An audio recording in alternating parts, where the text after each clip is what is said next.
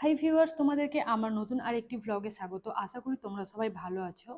আমরা শিলিগুড়িতে ভাইয়ের হোস্টেলে গাড়ি রেখে দেওয়ার পর শিলিগুড়ি বাস স্ট্যান্ড বা শিলিগুড়ি যেটা মেন স্ট্যান্ড সেখান থেকে দার্জিলিং এর জন্য একটা গাড়ি ভাড়া করে নিয়েছিলাম। তো আমরা প্রায় 1 ঘন্টা জার্নি করার পর দার্জিলিং এর পাহাড় যেখান থেকে শুরু আর কি সেখানে ঢুকতেই চলে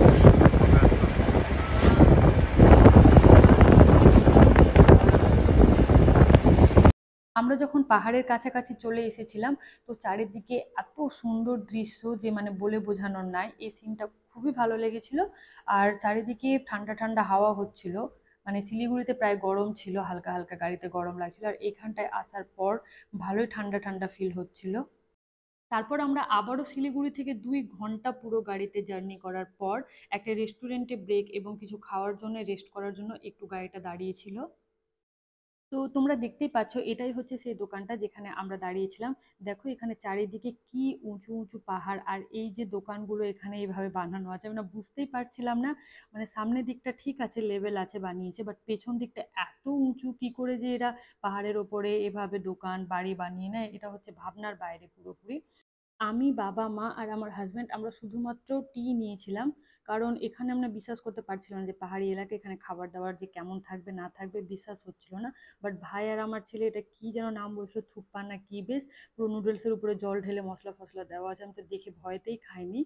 তো এই দেখো আবারও আমাদের পাক্কা 2 ঘন্টার জার্নি স্টার্ট হয়ে গেল। এখানে রাস্তার সাইডে দেখো টয় ট্রেনের লাইন বানানো ছিল। তো আমার বড় ছেলে প্রচন্ড এক্সাইটেড ছিল, ও একটু ট্রেন খুব পছন্দ করে, কখনো ট্রেনে চাপেনি। তো ওর খুব ইচ্ছা যে ট্রেনে উঠবে, ট্রেন কিভাবে চলে। তো ওর আশাটা এখানে এসে পূরণ হয়ে গেছে, ও টয় ট্রেন দেখে খুবই খুশি হয়েছিল। আমরা না যত বেশি পাহাড়ের উপরে যাচ্ছিলাম ঠান্ডাও ততটা বাড়ছিল, এবং চারিদিক পুরো কুয়াশাতে ভর্তি ছিল, মানে কুয়াশার হালকা হালকা বৃষ্টি হচ্ছিল। আর কিছু দেখা যাচ্ছিল না, গাড়ি চালানো, এখানকার ড্রাইভাররা কিভাবে যে গাড়ি চালায় প্রচন্ড রিস্কের ব্যাপার। কারণ কিছু দেখা যায় না, আর হুট করে সামনে থেকে একটা গাড়ি চলে আসে, বোঝাও যায় না যে গাড়ি এসেছে। আমরা তো দেখে পুরোপুরি অবাক। বাট ওদের হয়তো ডেলি ড্রাইভ করে করে অভ্যাসে পরিণত হয়ে গেছে, তাই ওদের তো কিছু মনেই হয় না।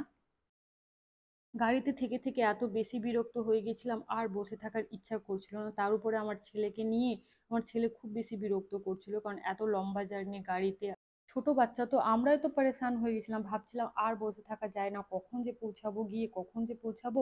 কিন্তু একটা কথা, আমার বড় ছেলে কিচ্ছু বলেনি, ওর এত ইচ্ছা ছিল দার্জিলিং এ আসার, ঘোরার, ট্রেন দেখার, যে আমার বড় ছেলে পুরোপুরি পুরো রাস্তার একদম ভালো মতো সিনগুলো সব ভিউ করে মজা নিয়ে গাড়িতে থাকার পুরো জার্নিটাই সুন্দরভাবে কমপ্লিট করেছে। তারপর পুরোপুরি 4 ঘন্টা জার্নি কমপ্লিট করার পর আমরা হোটেলে পৌঁছেছিলাম। হোটেলে গিয়ে সঙ্গে সঙ্গে ব্যাগপত্র এগুলো সব আমি শ্যুট করতে পারিনি, কারণ এত বেশি টায়ার্ড ছিলাম যে আগে ফ্রেশ হয়ে একটু রেস্ট করেছিলাম। তারপর আমি পরে করে ভিডিওটা শ্যুট করেছিলাম। সো আমার ভিডিওটা এতটাই, আবার দেখা হবে তোমাদের সঙ্গে নেক্সট ভিডিওতে। আমার ভিডিওটা যদি তোমাদের ভালো লাগে তো অবশ্যই একটা লাইক কমেন্ট করে দিও, এবং আমার পেজটাকে ফলো করে দিও, এবং ইউটিউব থেকে দেখলে আমার চ্যানেলকে সাবস্ক্রাইব করে আমার পাশে থেকো। আজকের মতো বাই, আবার দেখা হবে তোমাদের সঙ্গে নেক্সট ভিডিওতে। সবাই ভালো থেকো।